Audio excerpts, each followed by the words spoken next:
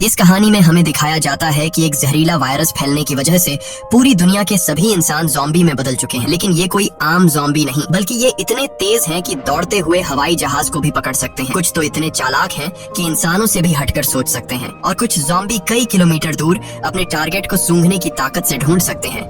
लेकिन इस खतरे से घिरी हुई दुनिया में अब सिर्फ 2 ही इंसान जिंदा बचे हैं। क्या ये दोनों सरवाइव कर पाएंगे या नहीं, जानते हैं आज की इस वीडियो में। कहानी की शुरुआत में हम एक लड़के को देखते हैं जो अपने कमरे में बैठकर टीवी पर कार्टून देख रहा होता है कि तभी अचानक टीवी का सिग्नल चला जाता है और स्क्रीन पर एक इमरजेंसी रिपोर्ट आने लगती है। ये खबर उस लड़के की मुस्कुराहट छीन लेती है। टीवी में बताया जाता है कि दुनिया भर में एक बहुत ही जहरीला वायरस फैल गया है, जिससे इन्फेक्टेड लोग कुछ मिनटों के अंदर भयानक ज़ॉम्बी जैसे बन जाते हैं। ये वायरस बहुत तेजी से फैलता है और पूरी दुनिया इस वायरस की चपेट में आ चुकी है। टीवी में बताया जाता है कि जो भी ये खबर सुन रहा है वो जल्दी से खुद के लिए कोई सेफ जगह देख ले। लड़का ये सब देख ही रहा होता है कि अचानक ऊपर के कमरे से अजीब तरह की आवाज आती है। वो आवाज सुनकर लड़के के गले में सांसें अटक जाती हैं। लड़का धीरे धीरे ऊपर जाकर देखता है तो पता चलता है कि ये उसकी बड़ी बहन का मजाक था। उसके बाद ये दोनों लड़के अपनी माँ के कमरे की तरफ जाते हैं और वहाँ जाकर ये देखते हैं कि उनकी माँ बहुत परेशान है। वो अपने हस्बैंड को फोन करके इस सिचुएशन के बारे में बताती है। उसका हस्बैंड जो एक पायलट है वो अपने बच्चों और वाइफ को बताता है कि हर तरफ ये वायरस तेजी से फैल रहा है, इसलिए तुम सब घर पर मेरा इंतजार मत करो और जल्दी से किसी तरह करके इस शहर से दूर निकल जाओ। वो अपने बच्चों से कहता है कि परेशान मत हो, तुम्हें कुछ नहीं होगा, तुम्हारी माँ तुम्हें एक सेफ जगह में ले जाएगी। वो अपने हाथ में पहना हुआ लकी ब्रेसलेट अपने बच्चों को दिखाता है, जो कि ये ब्रेसलेट उसकी बेटी एबिगेल ने बनाया था। ये देखकर एबिगेल बहुत खुश हो जाती है। दूसरी तरफ उनकी माँ जल्दी जल्दी से सामान इकट्ठा कर रही होती है। तभी उन्हें बाहर से चिल्लाने की आवाजें सुनाई देने लगती हैं, इसलिए वो जल्दी से अपने दोनों बच्चों को लेकर घर से बाहर निकल आती है। जैसे ही वो कार में बैठने वाले होते हैं, अचानक एक ज़ॉम्बी उन बच्चों की माँ पर अटैक कर लेता है। डर के मारे एबिगेल जल्दी से कार के नीचे छुप जाती है और अपनी आंखों के सामने अपने छोटे भाई और माँ को ज़ॉम्बी के हाथों मरते हुए देखती है। वो ज़ॉम्बी उस छोटी बच्ची को देख नहीं पाता और वहाँ से चला जाता है। ये छोटी लड़की डर से कांप रही होती है कि तभी वो देखती है कि उसकी माँ भी एक ज़ॉम्बी बन चुकी है। लड़की की माँ अपनी बेटी को देखकर उसकी तरफ बढ़ने लगती है। इससे पहले कि वो अपनी बेटी को मार पाती, ठीक उसी समय पर एक अंकल फरिश्ते की तरह आकर एबिगेल की माँ को मार देता है और एबिगेल को बचा लेता है। थोड़ी देर बाद वो देखते हैं कि एबिगेल का छोटा भाई भी ज़ॉम्बी में कन्वर्ट हो रहा है, इसलिए वो आदमी लड़की को कान बंद करने के लिए कहता है और उसके ज़ॉम्बी बन चुके छोटे भाई को भी गोली मार देता है। अब इसके बाद 10 साल के बाद का सीन दिखाया जाता है और हम देखते हैं कि ज़ॉम्बी वायरस की वजह से इंसानी सभ्यता पूरी तरह से बर्बाद हो चुकी है। कभी रोशनी से चमकने वाले शहर अब वीरान हो चुके हैं और अब तक सारे इंसान या तो मर चुके हैं या फिर ज़ॉम्बी बनकर इधर उधर भटक रहे हैं और सिर्फ 2 ही लोग जिंदा बचे हैं। वो छोटी लड़की एबिगेल जिसे अंकल ने बचाया था, अब वो बड़ी हो चुकी है। उस दिन से लेकर अब तक एबिगेल अंकल जैक की नजरों में पली बढ़ी और जैक ने उसे ट्रेन करके ज़ॉम्बी से लड़ना सिखा दिया है। उस दिन अगर उसकी लाइफ में जैक नहीं आता तो एबिगेल अब तक मर चुकी होती, इसलिए एबिगेल जैक को अपना पिता मानती है। इतने सालों तक जंगल में अकेले रहने के बाद एबिगेल को बहुत ही लोनली महसूस हो रहा होता है। उसकी सबसे बड़ी इच्छा है कि उसे कोई इंसानी बस्ती मिल जाए जहाँ वो लोगों के साथ मिलकर रह सके, लेकिन जैक को लोगों के बीच रहना बिल्कुल भी पसंद नहीं। रात को जब वो दोनों जंगल में कैंप लगाकर सो रहे थे, तभी किसी की आवाज से जैक की आंख खुल जाती है। वो धीरे से अपने कैंप से बाहर निकलकर देखता है कि तभी एक ज़ॉम्बी जैक पर हमला कर देता है, लेकिन जैक लगातार गोलियां चलाकर उसे मार देता है और एबिगेल भी वहाँ पर पहुँच जाती है। इन दोनों को पिछले 10 सालों से जंगल में ज़ॉम्बीज का शिकार करते हुए इतना एक्सपीरियंस तो हो गया था कि ज़ॉम्बी झुंड बनाकर एक साथ मिलकर रहते हैं। वह समझ जाते हैं कि आसपास और भी जरूर ज़ॉम्बीज होंगे, इसलिए वो जल्दी यहाँ से निकलने की तैयारी करने लगते हैं और घोड़े पर बैठकर निकल जाते हैं। तभी रास्ते में उनके घोड़े हिनहिनाने लगते हैं। जैक समझ जाता है कि खतरा नजदीक है। दोनों चारों तरफ देखते हैं तो दूर एक जीप ज़ॉम्बी से गिरी हुई दिखाई देती है, जहाँ एक नॉर्मल इंसान खुद को ज़ॉम्बी से बचा रहा था। अब वैसे भी दुनिया में इंसान बहुत ही कम बचे थे, इसलिए अब इन दोनों को हर हाल में उस आदमी को ज़ॉम्बी से बचाना था। जैक एबिगेल के निशाने का टेस्ट भी लेना चाहता था, इसीलिए वो एबिगेल से कहता है कि तुम इस आदमी को बचाओगी ताकि पता चले कि वह पूरी तरह से ट्रेन हो चुकी है या नहीं। जैक उससे कहता है कि सुकून से टारगेट को निशाने पर करो और फिर उसे शूट कर दो, लेकिन एबिगेल जल्दबाजी में गोली चला लेती है, जिससे वो गोली ज़ॉम्बी के साथ साथ उस सर्वाइवर को भी लग जाती है। ये देखकर जैक एबिगेल पर काफी गुस्सा करता है, जिसके बाद वो दोनों इंसान के पास जाते हैं। वो देखते हैं कि ये आदमी अब बच नहीं सकता, इसलिए जैक उसे खुद ही मार देता है ताकि अगर उसे ज़ॉम्बी ने काटा हो तो वो दोबारा जिंदा न हो जाए और हमारे लिए खतरा न बने। उसके बाद वो दोनों उस मरे हुए आदमी की कार से जरूरत की सारी चीजें लेने लगते हैं। जैक मरे हुए आदमी के जूते ले लेता है और जैसे ही वह उन जूतों को पहनता है तभी वहाँ मरे हुए आदमी के और साथी भी आ जाते हैं और बहुत सारे हथियारबंद लोग उन्हें घेर लेते हैं। एक बंदा जब मरे हुए इंसान के जूतों को जैक के पैरों में देखता है तो उन्हें शक होने लगता है कि उन्होंने सामान लूटने के लिए उनके साथी को मारा है। जब ये लोग जैसे ही इन दोनों को मारने लगते हैं तभी एक प्रेग्नेंट लेडी कार से उतरती है और अपने साथियों से इन दोनों को छोड़ने के लिए कहती है। तभी काला घोड़ा फिर से इन्हें वार्निंग देता है और अगले ही पल दूर जंगल से तेज आवाजें आने लगती हैं। बहुत सारे ज़ॉम्बी तूफान की तरह चारों तरफ से उनकी ओर बढ़ने लगते हैं। वो लोग इतने तेज रफ्तार से आते हैं कि उन्हें भागने का मौका नहीं मिलता, इसलिए हथियार निकाल कर वही मुकाबला करते हैं। यहाँ सबके पास हथियार तो थे मगर ज़ॉम्बी की तादाद काफी ज्यादा थी, इसलिए वो एक एक करके ग्रुप के बहुत से लोगों को काट लेते हैं। बचे हुए लोगों के पास छुपने की कोई जगह नहीं होती और जल्द ही यह बहुत ही कम लोग बच जाते हैं। एक मजबूत आदमी बदकिस्मती से ज़ॉम्बी के काटने का शिकार हो जाता है, इसलिए वह खुद को गोली मारना चाहता है लेकिन उसके बंदूक में गोलियां खत्म हो जाती हैं। अब उन्हें पता चल चुका था कि वो उनसे लड़ नहीं पाएंगे, इसलिए एबिगेल प्रेग्नेंट लेडी को लेकर गाड़ी में बैठाती है। गाड़ी में प्रेग्नेंट लेडी का हस्बैंड भी बैठा होता है और जैक गाड़ी स्टार्ट करके जल्दी से वहाँ से निकल जाते हैं। पूरे ग्रुप में अब ये सिर्फ 4 लोग ही बचे थे, बाकी सब ही ज़ॉम्बीज के शिकार हो चुके थे। एक काले चेहरे वाला ज़ॉम्बी अपने साथियों को मरा हुआ देखकर बहुत ज्यादा गुस्सा हो जाता है। उधर ये चारों ज़ॉम्बीज से जान छुड़ाकर गाड़ी में सफर कर रहे होते हैं। रास्ते में जैक पीछे बैठी लेडी से पूछता है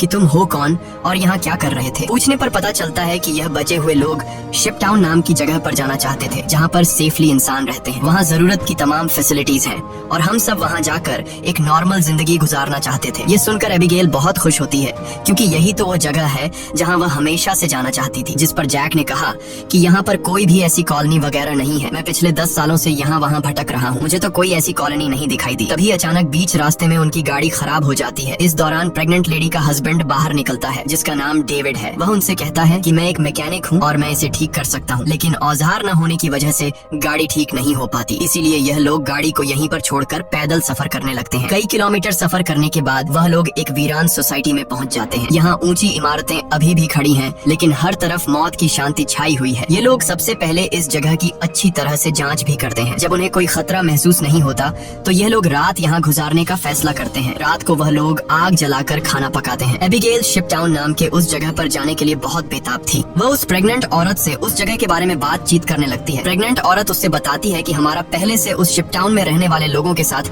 रेडियो पर कांटेक्ट हो चुका है। वह एक बहुत ही खूबसूरत जगह है जहां हम आजादी से रह सकते हैं। ये बातें सुनकर एबिगेल की आंखों में चमक उठी। दूसरी तरफ जैक बाहर चारों ओर जाल बिछा देता है ताकि अगर वह लोग सो भी जाए तो खतरा करीब होने पर फौरन पता चले। जैक अंदर आकर एक मैप निकालता है और सबको समझाता है कि वो मेगन और डेविड को कुछ दूर तक पहुंचाएगा और उसके बाद दोनों अलग अलग रास्ते पर चले जाएंगे। लेकिन एबिगेल जैक के इस फैसले से खुश नहीं थी। वह जैक के पास जाकर उससे बहस करती है कि डेविड अपनी प्रेग्नेंट वाइफ को उस जगह तक सेफली नहीं पहुंचा पाएगा, इसलिए हमें उनके साथ चलना चाहिए। जैक कहता है हमें समझदारी से काम लेना चाहिए। देखो, जहां लोग ज्यादा होते हैं वहां पर खतरा भी ज्यादा होता है। लेकिन एबिगेल जैक के इस फैसले से नाराज होकर चली जाती है। हालांकि दोनों को ये नहीं पता होता कि वह काले चेहरे वाला ज़ॉम्बी उनकी गाड़ी को सूंघते हुए वहां तक पहुंच चुका है। अगली सुबह एबिगेल छत पर बैठकर अपने बचपन की फोटोज देख रही होती है कि अचानक नीचे पेड़ों से सरसराहट की आवाज आती है। वह समझ जाती है कि ज़ॉम्बी अंदर आ गए हैं और सबको वार्निंग देने के लिए नीचे दौड़कर जाती है कि तभी रास्ते में एक ज़ॉम्बी भी उसके पीछे लग जाता है।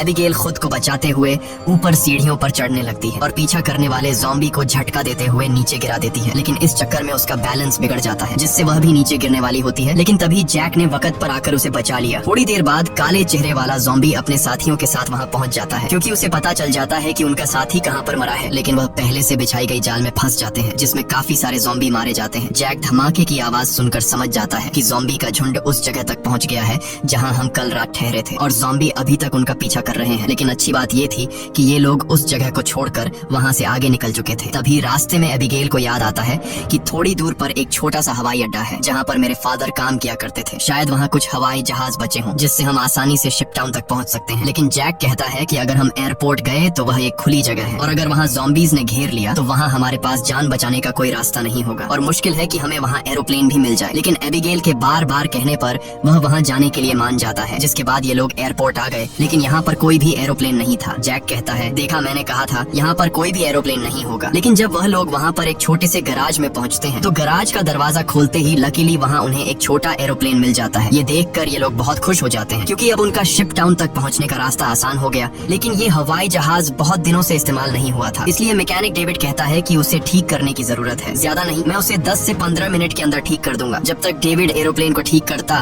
तब तक जैक और एबिगेल एयरपोर्ट में कुछ काम की चीजें ढूंढने लग जाते हैं। तभी डेविड दूरबीन से देखता है कि दूर से बहुत सारे ज़ॉम्बीज आ रहे हैं जो बहुत जल्द एरोप्लेन तक पहुंच जाएंगे। वह लोग दौड़ कर आते हैं और उन दोनों को वार्न करते हैं कि हमें जल्दी से एरोप्लेन को स्टार्ट करना होगा, नहीं तो ज़ॉम्बी यहाँ पहुंचकर हमें मार देंगे। एबिगेल जल्दी से पायलट की सीट पर बैठ जाती है। वहाँ पर मौजूद बुक्स को रीड करती है। उसके फादर पायलट थे, इसलिए उसने अपने फादर से एयरप्लेन को कंट्रोल करने की थोड़ी बहुत जानकारी सीखी थी। और जैक ज़ॉम्बीज को शूट करके उन्हें रोकने की कोशिश करता है। एबिगेल जैसे तैसे करके एरोप्लेन को स्टार्ट कर लेती है, लेकिन तब तक बहुत देर हो चुकी थी। वहाँ बहुत सारे ज़ॉम्बी रनवे तक पहुँच जाते हैं। उनकी रफ्तार काफी तेज थी और उनमें से एक ज़ॉम्बी एरोप्लेन के दरवाजे तक पहुँच भी जाता है, लेकिन जैक उसे गोली मारकर एरोप्लेन को उसे छुड़ा लेता है और एबिगेल जहाज के कंट्रोल को समझ जाती है। इस तरह से ये लोग जहाज को टेक ऑफ कर लेते हैं। हवाई जहाज में बैठे सभी लोग बहुत खुश हैं क्योंकि वो जल्द ही सीधे शिप टाउन पहुंच जाएंगे, लेकिन ये खुशी थोड़ी ही देर की मेहमान थी। जैसे ही ये लोग थोड़ा सा आगे गए तो अचानक जहाज के इंजन में से धुआं निकलने लगा, क्योंकि ये जहाज पिछले 10 सालों से हवा में सफर नहीं कर पाया था, इसीलिए इसका इंजन ब्लास्ट हो जाता है और प्लेन नीचे की तरफ जाने लगा। जैक समझदारी से काम लेते हुए एरोप्लेन का एक पेड़ में क्रैश लैंड करता है, जिससे उन्हें थोड़े बहुत चोट तो आ जाते हैं, पर इनकी जान बच जाती है। प्लेन तो अब इस्तेमाल लायक नहीं बचा था, इसलिए अब उन्हें दोबारा फिर से पैदल सफर करना पड़ेगा। काफी दूर तक पैदल चलने के बाद वो लोग एक सुनसान रेलवे स्टेशन तक पहुंच जाते हैं। रात हो चुकी थी। ये लोग आसपास खतरा चेक करते हैं। जब उन्हें कोई भी ज़ॉम्बी नहीं नजर आता तो ये लोग यहीं पर रात गुजारने का फैसला कर लेते हैं। वो लोग मैप पर अपना लोकेशन देखते हैं, जिससे उन्हें पता चलता है कि अब ये लोग शिप टाउन से सिर्फ 2 दिन की दूरी पर हैं। यहाँ वो प्रेग्नेंट लेडी जैक के पास आती है और जैक का शुक्रिया अदा करती है। वो जैक से कहती है कि अगर तुम ना होते तो हम कभी भी यहाँ तक नहीं पहुँच पाते। ये सुनते हुए जैक को भी मैगन से हमदर्दी होने लगी। वो उसे अपनी स्टोरी सुनाता है कि आज से 10 साल पहले जब ये ज़ॉम्बी वायरस शुरू हुआ था तो उसे सबसे पहले अपनी पत्नी को जान से मारना पड़ा, क्योंकि वो उसे काटने आ रही थी। इसीलिए तब से लेकर आज तक उसके अंदर का इंसान कहीं मर सा गया है। अब इस दुनिया में सिर्फ उसके पास एबिगेल ही है जिसे वो हर एक कीमत पर जिंदा रखेगा। और जैक मैगन से ये भी कहता है कि अब उसका इरादा बदल चुका है। मैं अब सबसे पहले तुम्हें शिप टाउन तक पहुंचाऊंगा, जिसे सुनकर मैगन बहुत खुश हो जाती है। दूसरी तरफ हम देखते हैं कि मैगन का हस्बैंड डेविड अपने सर पर गन रखकर खुद को मारने की कोशिश करता है। दरअसल उसके पैर में एक ज़ॉम्बी ने काट लिया था, लेकिन अभी तक डेविड ज़ॉम्बी नहीं बना था, क्योंकि वो घाव बहुत ही छोटी है, इसीलिए उसके ज़ॉम्बी बनने की रफ्तार काफी स्लो चल रही है। अब उसने फैसला किया कि वो अपनी पत्नी मैगन को इस शिप टाउन तक पहुंचाकर खुद को उससे दूर कर लेगा। अगली सुबह ये चारों फिर से अपना सफर जारी रखते हैं। तब रास्ते में जैक को डेविड की हरकतें कुछ अजीब लगने लगती हैं। जैक समझ गया कि ये इन्फेक्टेड है, इसीलिए वह उसे पकड़कर एक खाली जगह में ले जाता है जहां उसकी वाइफ और एबिगेल नजर नहीं आती। वो डेविड की पैंट को ऊपर करता है और उसे ज़ॉम्बी का काटा हुआ निशान नजर आ जाता है। अब जैक को ये बात कंफर्म हो चुकी थी कि डेविड जल्द ज़ॉम्बी बनने वाला है। जैक उससे कहता है कि बताओ तुम खुद से मरना पसंद करोगे या फिर मैं मारूं। डेविड कहता है मैं किसी को नुकसान नहीं पहुंचाऊंगा और अगर ऐसी नौबत आ भी गई तो मैं खुद को ही मार दूंगा। इसीलिए वो डेविड को छोड़ देता है। चलते चलते रात हो जाती है और आगे उन्हें एक घर दिखाई देता है। जैक बंदूक तान कर आगे बढ़ने लगता है। तभी अचानक एक तेज लाइट चमकती है और उन्हें स्पीकर के जरिए से कहा जाता है कि अपनी वेपन्स नीचे रख दो, वरना गोलियों से छलनी कर दिया जाओगे। अब उन्हें पता चल जाता है कि अंदर कोई इंसान ही है। एबिगेल आगे बढ़ती है और कहती है कि हमारा यहाँ आने का मकसद किसी को नुकसान पहुँचाना बिल्कुल भी नहीं है, बस हमें मदद चाहिए। तभी उस घर का मालिक बाहर आता है। वो कहता है कि तुम लोगों को यहाँ ढेर सारा खाना और रात गुजारने दिया जाएगा, मगर एक शर्त पर, तुम सबको अपनी बंदूकें बाहर ही छोड़नी होंगी। जब ये लोग अपने वेपन्स बाहर छोड़ देते हैं तो वो आदमी उन्हें घर के अंदर ले जाता है। ये आदमी सबको घर के अंदर वेलकम करते हुए बताता है कि मैं एक साइंटिस्ट हूँ, मैं यहाँ पर अकेला रहता हूँ, अगर मैं चाहता तो यहाँ से जा सकता था, लेकिन ऐसी जगहों पर मुझे रिसर्च करने में आसानी होती है। यहाँ वो इन सबको बहुत अच्छा खाना देता है, जिसे वो सब देखकर हैरान रह जाते हैं, क्योंकि ऐसा खाना उन्होंने काफी लंबे अरसे से नहीं खाया था। वो लोग खाने पर टूट पड़ते हैं। खाना खाने के बाद वो साइंटिस्ट इन लोगों के लिए ड्रिंक्स भी लाता है। वो सब बहुत खुश थे, क्योंकि इतने दिनों बाद सबको आराम से बैठकर बातें करने का मौका मिलता है। लेकिन साइंटिस्ट की बातें सुनते हुए उन्हें कुछ अजीब लगता है। साइंटिस्ट कहता है कि देखो, ये जो वायरस फैला है वैसे तो ये बहुत बुरी चीज है, लेकिन दूसरी तरफ इससे इंसान अपग्रेड भी हुए हैं, जैसे कि कमजोर इंसान खत्म हो जाएंगे और जो ताकतवर होगा वो ज़ॉम्बी बनकर जिंदा रहेगा। वो कहता है कि ज़ॉम्बी सिर्फ खाने के लिए जीते हैं ना कि तरक्की के लिए, इसलिए ज़ॉम्बीज़ को दुनिया पर राज करना चाहिए। ये सुनकर उन चारों को बहुत ही अजीब लगने लगता है। तभी डेविड को अपनी तबीयत ज्यादा खराब लगती है और वो बाथरूम में जाता है। बाथरूम जाकर वो शीशे में देखता है कि उसके बॉडी में वायरस पूरी तरह से फैल चुका होता है। जब डेविड वापस हॉल में आता है तो देखता है कि जैक और बाकी लोग बेहोश पड़े हैं। दरअसल साइंटिस्ट ने शराब में बेहोशी की दवा मिला दी थी। ये देखकर डेविड साइंटिस्ट पर हमला करने लगता है कि तभी साइंटिस्ट अपने हाथ में पकड़े हुए एक डिवाइस का बटन दबा देता है। डेविड को अचानक बहुत कमजोरी महसूस होती है और वो जमीन पर गिर जाता है। साइंटिस्ट कहता है कि इस डिवाइस को मैंने सालों की मेहनत के बाद बनाया है, जिससे मैं दुनिया के किसी भी कोने में जा सकता हूँ और इस डिवाइस की मदद से ज़ॉम्बी मेरा कुछ भी नहीं बिगाड़ सकते। साइंटिस्ट ने एक ऐसा डिवाइस बना लिया था जिससे वो ज़ॉम्बीज को कंट्रोल कर सकता था, यानी कि अब वो पूरी दुनिया का राजा बनकर सबको अपने इशारों पर नचवाएगा। उसके बाद डेविड बेहोश हो जाता है और जब डेविड को दोबारा होश आता है तो वो देखता है कि उसे और उसके साथियों को बांध दिया गया है और अब साइंटिस्ट उन चारों पर एक्सपेरिमेंट करने वाला है। ये सब करने के बाद साइंटिस्ट कहता है कि क्या तुम लोग मेरी वाइफ से मिलना चाहोगे। उसके बाद हम साइंटिस्ट की वाइफ को देखते हैं जो कि एक ज़ॉम्बी थी और साइंटिस्ट ने उसे पिंजरे में बंद कर रखा था और वो इंसानों को पकड़कर उसे खिलाता था। ये डिवाइस भी साइंटिस्ट ने अपनी बीवी पर एक्सपेरिमेंट करके बनाई थी। साइंटिस्ट जब पिंजरे का दरवाजा खोलता है तो उसकी वाइफ सबसे पहले उसी पर अटैक करने लगती है, लेकिन साइंटिस्ट उसे कंट्रोल करके उन चारों की तरफ भेज देता है। वो जैक पर हमला कर देती है लेकिन वो उसे लात मारकर पीछे धकेल देता है, लेकिन तभी डेविड वायरस की ताकत से रस्सी तोड़ देता है और अपने बाकी साथियों को भी छुड़ा देता है। घर का मालिक खतरा भांप कर तुरंत भाग जाता है। उसके बाद वो चारों भी अपना सामान लेकर जल्दी से बाहर निकल आते हैं। लकीली बाहर उन्हें साइंटिस्ट की गाड़ी मिलती है और ये चारों उसी में बैठकर जंगल की तरफ निकल जाते हैं, लेकिन साइंटिस्ट हार नहीं मानने वाला था। वो अपने डिवाइस के जरिए ज़ॉम्बी के झुंड को कंट्रोल करके उनका पीछा करवाता है। जैक गाड़ी की स्पीड को बढ़ाकर ज़ॉम्बीज को काफी पीछे छोड़ देता है, लेकिन आगे का रास्ता बंद था। अब उनके पास पैदल जाने के अलावा और कोई चारा नहीं है। थोड़ा सा आगे पैदल चलने के बाद ज़ॉम्बी दोबारा उन तक पहुंच जाते हैं। डेविड जान जाता है कि उसके पास ज्यादा वक्त नहीं है, वो कुछ ही देर बाद ज़ॉम्बी बन जाएगा, इसलिए वो उन लोगों से आगे बढ़ने को कहता है और खुद पीछे रहकर ज़ॉम्बी को रोकने का फैसला करता है। लेकिन उसकी वाइफ उसे जाने नहीं देना चाहती थी, जिस पर डेविड कहता है कि तुम्हें हमारे बच्चे के लिए जिंदा रहना होगा और ये सब मैं अपने आने वाले बच्चे के लिए कर रहा हूँ। उसके बाद डेविड ज़ॉम्बी से लड़ पड़ा और बड़ी बहादुरी से उनका सामना करने लगा। काफी देर तक वो ज़ॉम्बी उसको रोक लेता है और उसके साथी ज़ॉम्बी से काफी दूर चले जाते हैं, लेकिन तभी एक ज़ॉम्बी आकर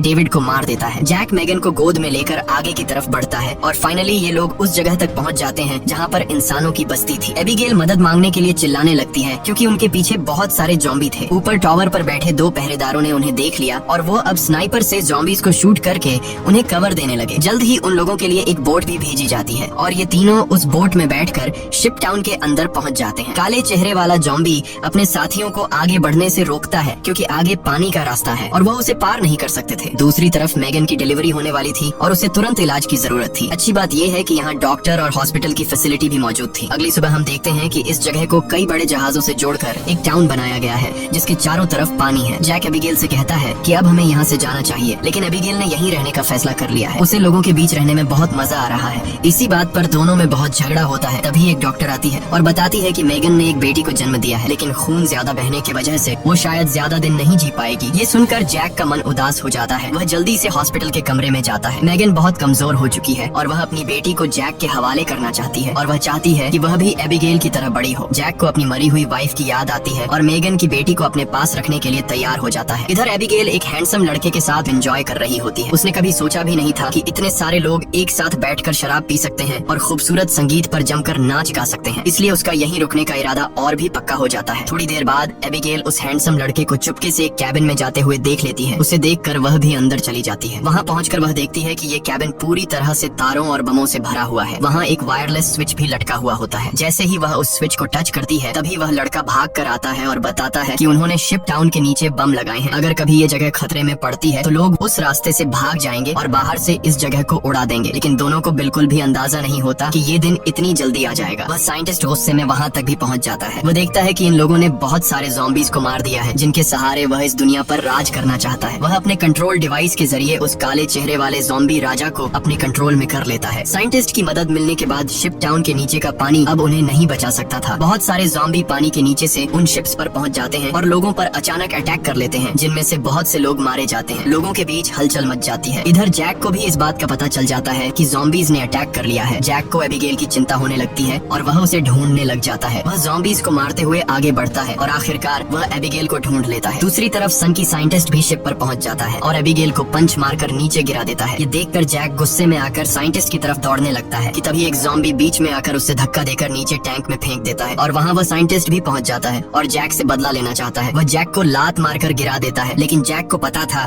कि साइंटिस्ट से लड़ना फुदूल है, इसीलिए वह साइंटिस्ट पर हमला करके उसके हाथ में लगे डिवाइस को दीवार से मारकर तोड़ देता है। अब साइंटिस्ट के पास ज़ॉम्बीज को कंट्रोल करने की पावर नहीं रही, जिसके बाद बूढ़ा साइंटिस्ट जल्द ही ज़ॉम्बी का शिकार बन जाता है। अच्छी बात ये थी कि इस कैंप में पहले से ही भागने का रास्ता बना हुआ था। बहुत सारे बचे हुए लोग सुरंग के रास्ते नदी के दूसरे किनारे पर पहुंच जाते हैं। जब वह बम चालू करने वाले होते हैं तो वह हैंडसम लड़का बटन नहीं दबाता क्योंकि एबिगेल अभी भी शिप पर है। अब जैक और एबिगेल बाहर की तरफ भागने लगते हैं, लेकिन पीछे से ज़ॉम्बी राजा एबिगेल को पकड़ लेता है। तभी जैक तेजी से उस ज़ॉम्बी को लकड़ी से सर पर मार देता है, जिससे वह पीछे गिर जाता है। अचानक एबिगेल की नजर गलती से उस ज़ॉम्बी राजा के हाथ में बंधे ब्रेसलेट पर पड़ती है। ये वही ब्रेसलेट था जो उसने बचपन में अपने हाथों से अपने पिता के लिए बनाया था। वह समझ जाती है कि ये ज़ॉम्बी उसके पिता हैं, लेकिन अब वह इंसान नहीं बल्कि ज़ॉम्बी बन चुका था। यहाँ पर जैक उसे हाथ से पकड़कर जबरदस्ती खींचकर भागने को कहता है। वह हैंडसम लड़का दोनों को भागते हुए देखकर तुरंत वायरलेस रिमोट का बटन दबा देता है और पूरा शिप टाउन राख में बदल जाता है। हालांकि इन सब की लड़ाई भी खत्म नहीं हुई थी। कैंप का सरदार अपनी गर्दन पकड़ कर आता है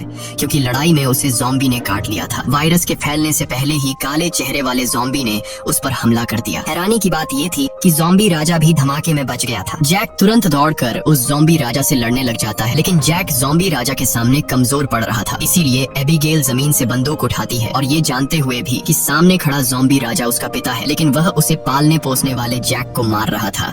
इसलिए एबिगेल बिना सोचे समझे उस काले चेहरे वाले ज़ॉम्बी राजा को गोली मार देती है, क्योंकि अगर वह उसे गोली नहीं मारती तो वो ज़ॉम्बी राजा वहाँ पर मौजूद सब लोगों को मार देता। उसके बाद जैक और एबिगेल गले लगते हैं और अब जैक, एबिगेल और बचे हुए लोग दूर समुद्र में एक सुनसान द्वीप की तरफ देखते हैं और वहीं एक नई इंसानी बस्ती बसाने का फैसला करते हैं। इसी के साथ ये कहानी खत्म हो जाती है। अगर वीडियो आपको अच्छी लगी हो तो हमारे चैनल को सब्सक्राइब और वीडियो को लाइक जरूर कीजिएगा।